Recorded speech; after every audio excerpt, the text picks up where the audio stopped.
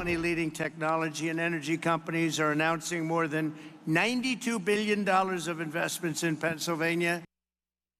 It is a first-of-its-kind summit showcasing the potential for the AI industry here in the United States, and it's happening right here in Pittsburgh.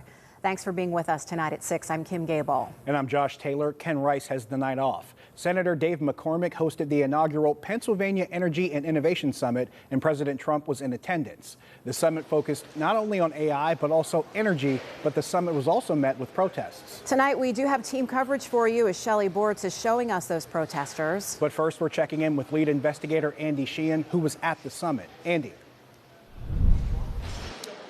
Can the Pittsburgh region transform its economy and become the world leader in AI?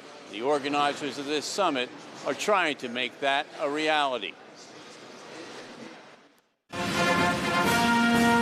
The day-long summit brought together the president and some of the world's leaders in energy and technology, showcasing Pittsburgh's assets and promoting the region as the place to be to develop and power AI. We're back in Pittsburgh to announce the largest package of investments in the history of the Commonwealth of Pennsylvania, and it's not even close. The president and PA Senator Dave McCormick detailed close to $100 billion in private investment committed or proposed in Pennsylvania, including the creation of an energy innovation center to train workers in our region in energy and AI jobs.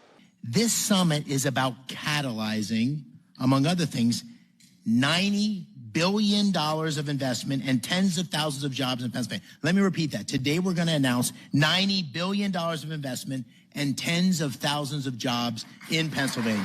But most of those investments will be in the development of data centers, which give AI companies the computing capacity they need.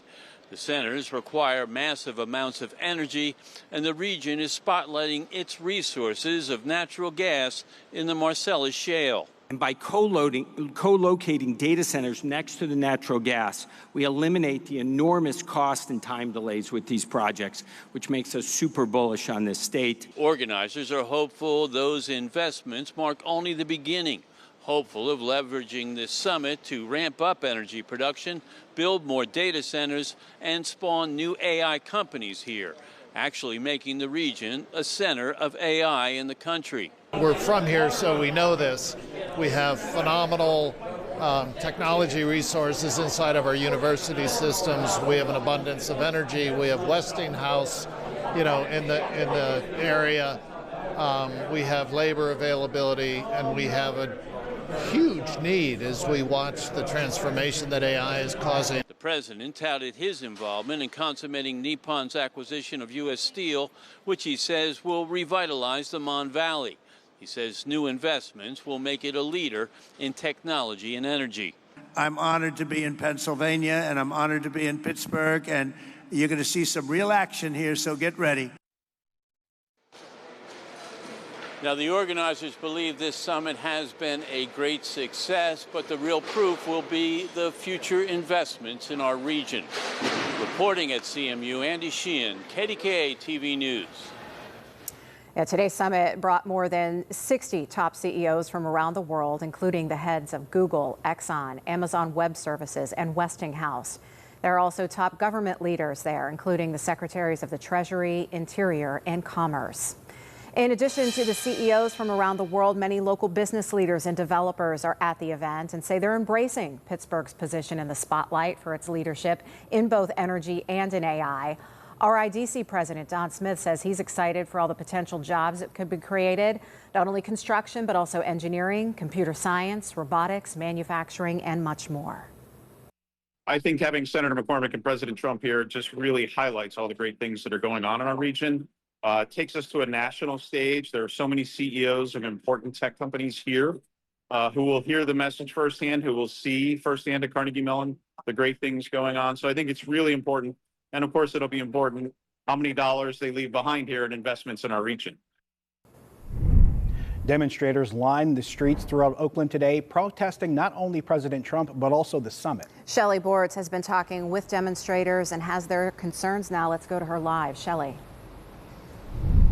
Yeah, well, guys, protests are still going strong here in Oakland, as you can see behind me, because a lot of people did not want the summit to happen here at CMU. Letters were written, petitions were signed, all in an effort to stop the university from bringing the summit here to Pittsburgh. But despite all of those efforts, as you heard before, Trump was here. We got the power! A coalition of students, faculty, and community members marched through the streets of Oakland, chanting and holding signs to show their distaste for the summit that brought President Trump, top tech executives, and major oil industry leaders to CMU's campus. It's important for me to be here because it is her future that we're worried about. The summit has drawn major criticism, not only for the invite-only guest list, but for not having Pennsylvania's best interest at heart.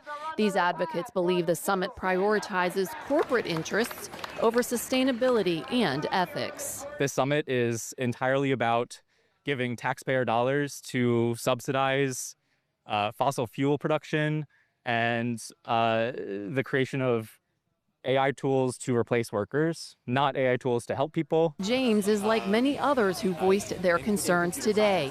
He's worried about the long-term consequences of AI development and fossil fuel expansion. Mary Olch echoed his concerns, saying the technology needs monitored to make sure it's creating a better future, not just making a profit. We need people to step up. We need Democrats to step up, and we need Republicans to get some courage and step up. I think it's important that we try to stop some of these horrible things that are happening. Yeah, we're back out here live, and President Trump is gone, but these protests are still going strong. All these demonstrators with the same agenda in mind, they want their voices to be heard. Reporting live tonight in Oakland, Shelley Bortz, KDKA-TV News.